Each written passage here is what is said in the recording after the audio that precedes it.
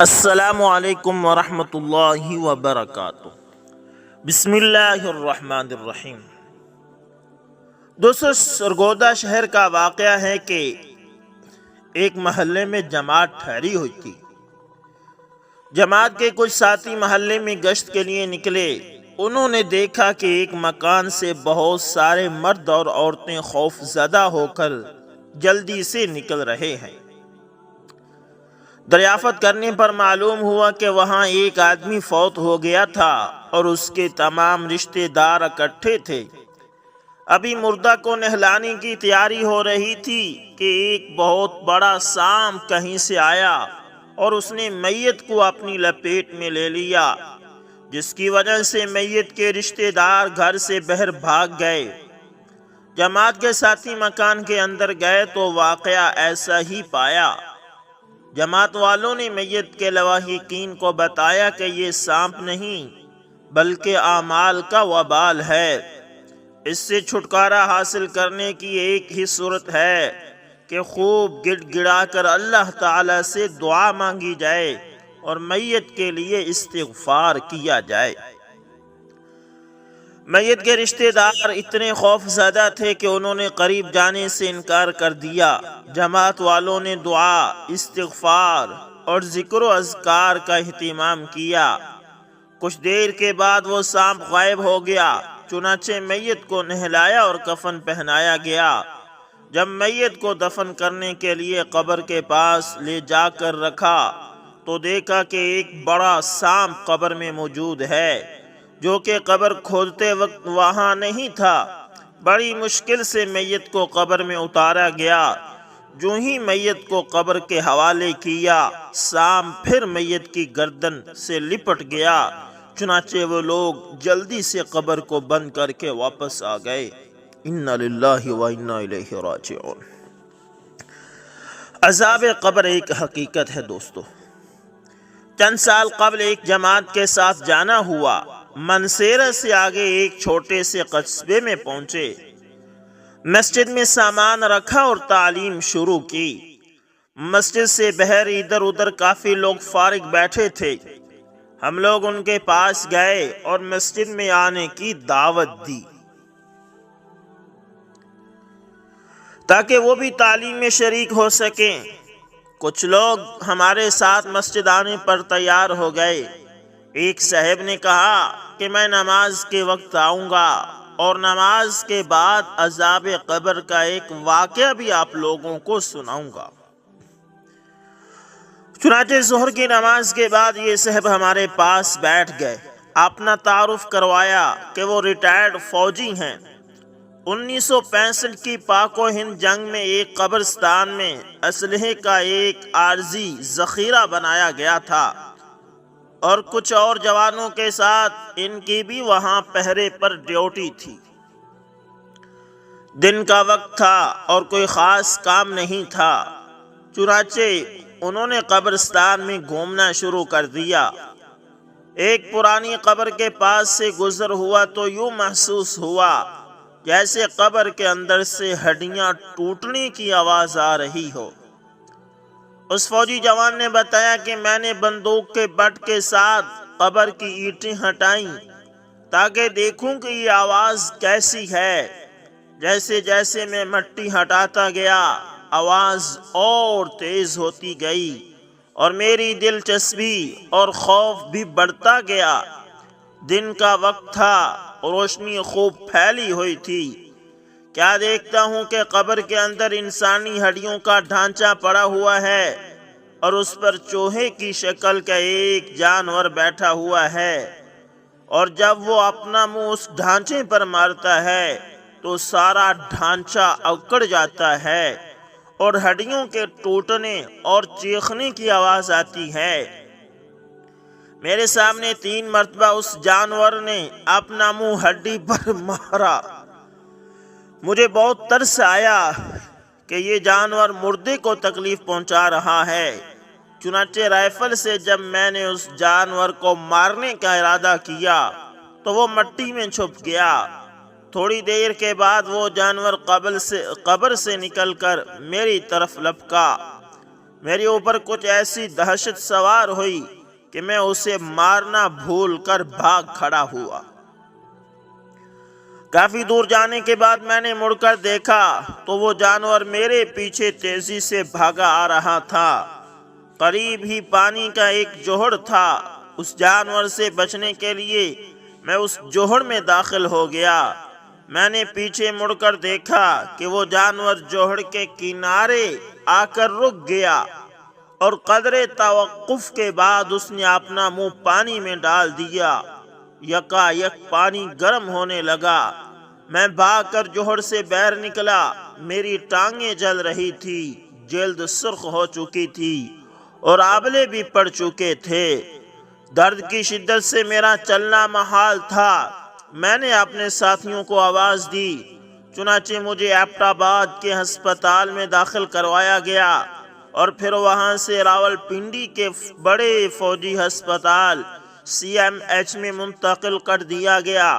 میری ٹانگوں کا گوشت گلنا شروع ہو گیا اور ہر وقت بدبودار پیپ اور خون رستا رہتا تھا۔ کسی علاج سے افاقہ نہ ہوا تو مجھے علاج کے لیے امریکہ بھجوایا گیا، مگر مرض بڑھتا گیا جوں جوں دوا کی۔ اس وقت دونوں ٹانگوں کی صرف ہڈیاں بچ گئی تھی۔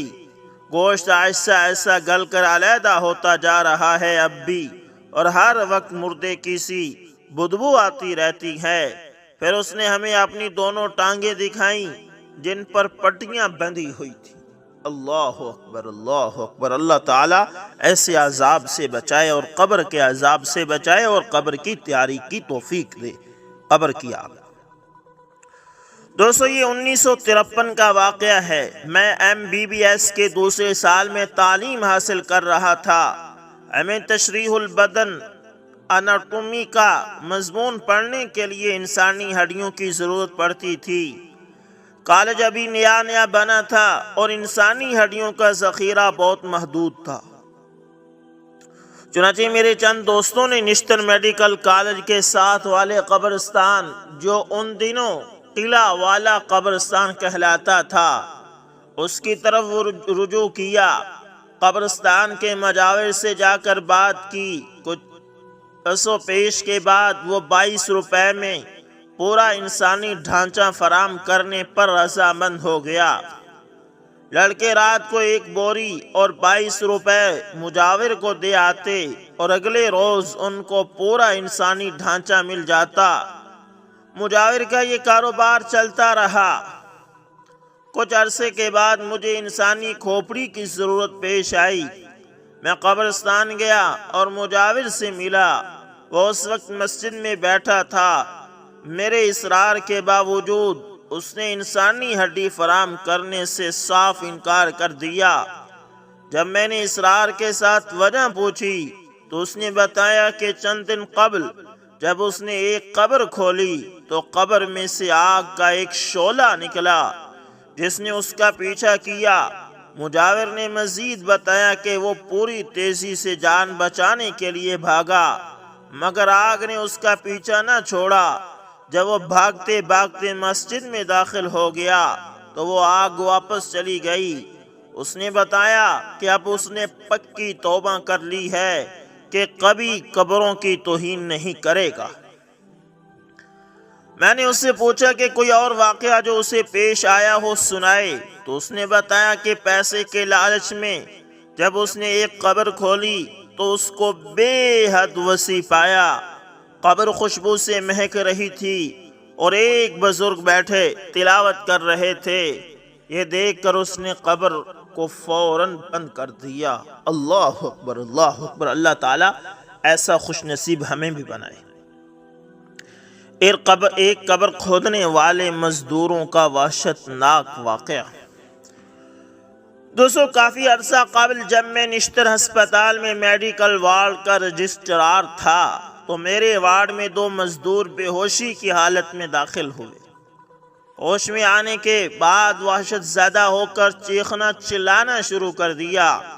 علاج کے بعد جب ان کی حالت کچھ سنبھلی تو انہوں نے بتایا کہ کچھ مشہور و معروف آدمی کی قبر کو اس لیے کھولا جا رہا تھا کہ ان کی نعش کو خاص جگہ پر منتقل کیا جائے۔ جب قبر کھولی گئی تو مردے کی شکل کو دیکھ کر وہ اتنے خوف زدہ ہوئے کہ بے ہوشی طاری ہو گئی۔ اس مردے کے لواحقین نے جب مردے کی یہ حالت دیکھی تو جلدی سے قبر کو بند کروا دیا۔ اس واقعے کا تذکرہ اس وقت کے اخبارات میں بھی چھپا تھا۔ ایک ڈاکٹر صاحب کا واقعہ۔ یہ واقعہ ایک ڈاکٹر صاحب کے پیش آیا جسے ان کی زبانی نقل کیا جا رہا ہے۔ وہ کہتے کہ میں 1961 میں ایک وارڈ میں بطور رجسٹرار کام کر رہا تھا۔ ایک رات عجیب خواب دیکھا جس کی وجہ سے 6 ماہ تک بیمار رہا۔ خواب میں مجھے ایک قبر کے اندر لے جایا گیا۔ کیا دیکھتا ہوں کہ ایک مردہ تڑپ رہا ہے۔ یوں معلوم ہوتا تھا کہ سخت اذیت میں ہے۔ اس کا منہ کھولا ہوا تھا مگر منہ سے آواز نہیں نکلتی تھی۔ بازو اور ٹانگیں شدید درد کی وجہ سے حرکت میں تھے۔ کافی دیر تک یہی حالت رہی اور پھر کچھ سکون ہو گیا۔ تھوڑی دیر بعد میں نے دیکھا کہ ایک تیسرا شخص ایک چمکدار چوبک جیسی چیز اس میت کی پیشاب کی نالی میں داخل کر رہا ہے، جس کی اذیت سے وہ مردہ پھر ویسے ہی تڑپنے لگتا ہے۔ مردہ کی تکلیف اور اذیت دیکھ کر مجھ سے نہ رہا گیا۔ میں نے اس شخص سے پوچھا کہ اس میت کو یہ عذاب کیوں دیا جا رہا ہے؟ اس نے بتایا کہ یہ مردہ دنیا کی زندگی میں زناکار تھا اور جب سے مرا ہے اسے یہی عذاب دیا جا رہا ہے۔ میں کافی دیر تک یہ معاملہ دیکھتا رہا۔ مجھے مردے کی حالت پر بہت رحم آیا۔ ابھی میں یہ سزا دیکھ ہی رہا تھا کہ کسی نے پکڑ کر مجھے زمین پر لٹا دیا اور ویسی ہی چمکدار چوبک نما چیز کسی نے میری پیشاب کی نالی میں داخل کر دی۔ مجھے اس شدت کی تکلیف ہوئی کہ میں ماہی بے آب کی طرح تڑپنے لگا۔ آج بھی جب مجھے یاد آتا ہے تو میرے رونگٹے کھڑے ہو جاتے ہیں۔ بہرحال کافی دیر تک میں تڑپتا رہا۔ جب ہوش آیا تو اپنے بستر کو گیلا پایا اور تکلیف کی شدت ابھی تک محسوس ہو رہی تھی۔ میں سمجھا کہ میرا پیشاب نکل گیا ہے، لیکن دیکھا کہ تکیے تک پانی میں بھیگا ہوا ہوں۔ اس کے بعد جب میں نے پیشاب کیا تو خون کی طرح سرخ تھا اور یہ خون والا پیشاب 6 ماہ تک جاری رہا، اور اس دوران میں بہت کمزور ہو گیا۔ ہر قسم کے لیبارٹری ٹیسٹ، گردے مثانے کے ایکس-رے وغیرہ کروائے، بہت سے ڈاکٹر صاحبان سے مشورہ کیا اور علاج کروایا، لیکن نہ تو اس بیماری کی وجہ معلوم ہو سکی اور نہ ہی افاقہ۔ اس دوران میں نے ملازمت سے چھٹی لے لی۔ آخر کار دعا اور توبہ اور استغفار کی طرف متوجہ ہوا تو اللہ تعالیٰ نے اس مصیبت سے نجات دی۔ دوستو، یہ صرف خواب میں اس نے دیکھا تھا، خواب میں، اور اللہ کی قسم قبر میں حقیقتاً ہو رہا ہے۔ یہ اس نے خواب میں دیکھا تھا۔ خواب میں دیکھنے کے بعد یہ اس کا حال ہوا کہ 6 ماہ تک اس تکلیف کو وہ برداشت کرتا رہا۔ اللہ کی قسم ادھر ہو رہا ہے۔ اللہ تعالیٰ سے دعا کہ اللہ تعالیٰ ہمیں قبر کی تیاری کی توفیق دے۔ دوستو، بہت مشکل گھاٹی ہے، اس لیے کوشش کریں گناہوں سے بچیں۔ قبر میں آپ نے اکیلے ہونا ہے، کوئی ساتھ نہیں ہوگا۔ دوستو، اللہ سے آج ہی معافی مانگیں، اللہ معاف کر دیتے ہیں۔ معافی مانگیں، اللہ جی جو غلطیاں ہوگی، جو کمیاں کوتاہیاں جن کو ہم جانتے ہیں، نہیں جانتے، جان بوجھ کر کی ہے، انجانے میں، اللہ جی آپ معاف کر دیں۔ ہم آپ سے توبہ کرتے ہیں، معافی چاہتے ہیں، آئندہ نہیں کریں گے۔ اللہ سے مانگو تو صحیح یار، اللہ سے جا کر دعا تو کرو صحیح، استغفار تو کرو صحیح۔ امید کرتا ہوں دوستو ویڈیو اچھی لگی ہوگی، پسند آئے تو لائک اور شیئر اور کمنٹ لازمی کریے گا۔ ملتے ہیں کسی نیکسٹ اچھی سی ویڈیو کے اندر دوستو، تب تک کے لیے اللہ حافظ، جزاکم اللہ۔